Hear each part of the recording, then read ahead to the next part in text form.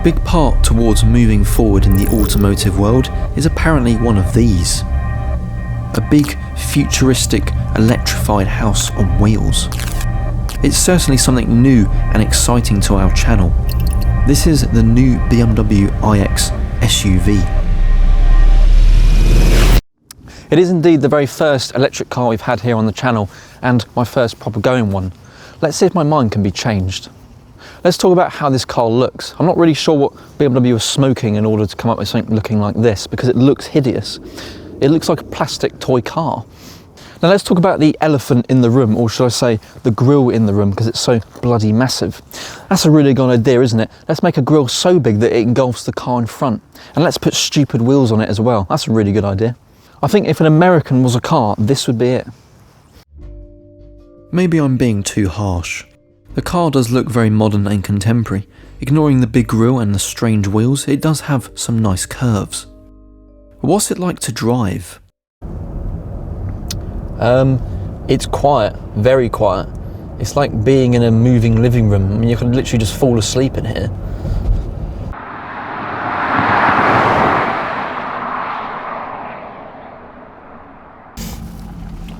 How's that?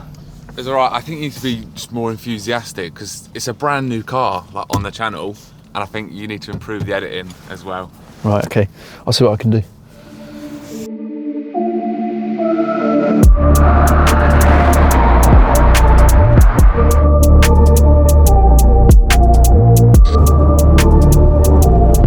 So then, what's it like to drive? Well, as you can imagine, it's pretty heavy, but it certainly isn't slow. Of course, with an electric motor, you will get instant torque, and that is very present here.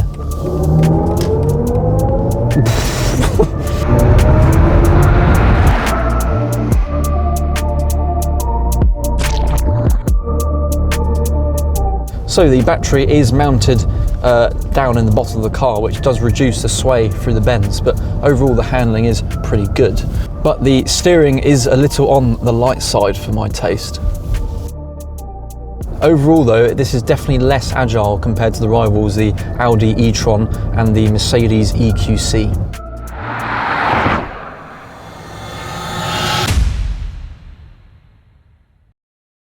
The stats on this car are actually really impressive as well. It will do 0 to 60 in just under 5 seconds, which is almost supercar territory. This is the iX Drive 40, which is the lowest spec, and it has 350 horsepower and a whopping 630 torque. No wonder it's really fast. So what else do you get for your £70,000? It's very luxurious in here, it's very comfortable, the seats are very nice, and it's also very spacious. It's like a spaceship in here as well. So as you'd imagine, there'll be a lot of standard features on a 70 grand car, and you will see are correct there. There's this touchscreen display, which is almost like an iPad, but you can also move it around with this little knob here. And there's so many different things. They've got weather, the BMW information, personal assist, the telephone, obviously got nav, media, so like radio and things. Obviously you can Bluetooth it as well.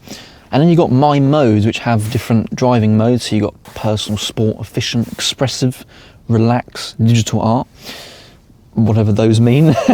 And then obviously you've got lots of different volume controls here, and I wouldn't change anything on the steering wheel as well. Honestly, I don't really know how to work a lot of this stuff because it's all pretty new to me. It's brand new tech, which I'm not used to be honest. But they do obviously have climate control options like air conditioning, heated seats, the standard stuff you'd like to think that would be there already. And what's cool about the screens as well is you can actually move the screens to different places on the screen, if that makes sense.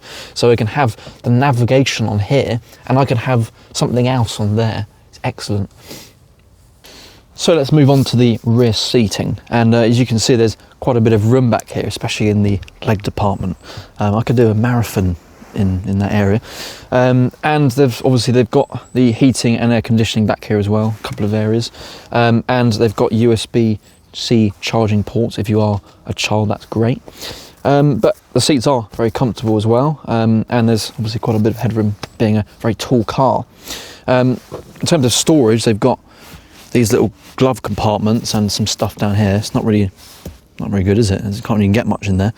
And in terms of windows, this is the only downside really. is the window doesn't really go down all the way, which is stupid. What is the point in that? Honestly, that's the worst idea I've ever had. So let's move on to the boot space. Now, because it is an SUV and one of the first SUVs we've had on the channel, I imagine it would be quite spacious, which it is. You can probably get quite a bit in there. I mean, to be fair, the actual height of it isn't, you know, great. We've had hatchbacks that have got better height than that, but overall, it's not too bad. Now, a fun fact about this car as well is that these are actually real tail lights as well. And basically, the reason they did this is in America, they've got a stupid law where you have to have tail light showing when the boot is open. So that's why they've added them in, because obviously the tail lights are part of the boot.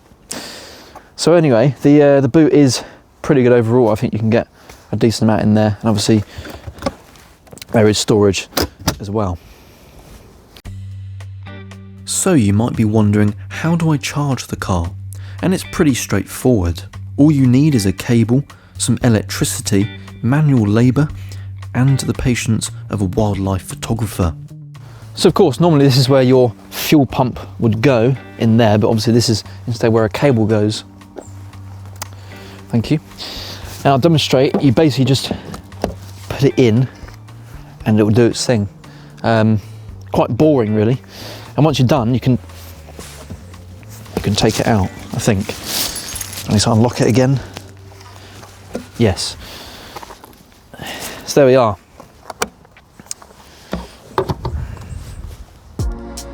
All the different driving modes offer a different atmosphere inside the car. You have the sport mode, which is a more racy and exaggerated feel.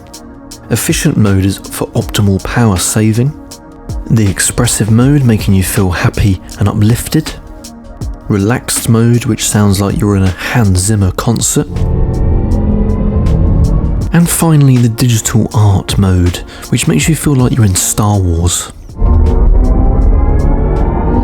One thing I'm not a fan of, in my opinion, is the steering wheel. It's very cool to look at, don't get me wrong, but practically it doesn't really work. I don't really know where to hold it most of the time. It's grip there, it feels a bit weird, there it feels weird, it's a bit too square here. Why can't they just use a traditional steering wheel on this? So overall then, what do I think of the car? I mean, it's probably one of the best interiors I've ever sat in a car. It's very spacious and comfortable, as I mentioned, and it is very fun and fast to drive.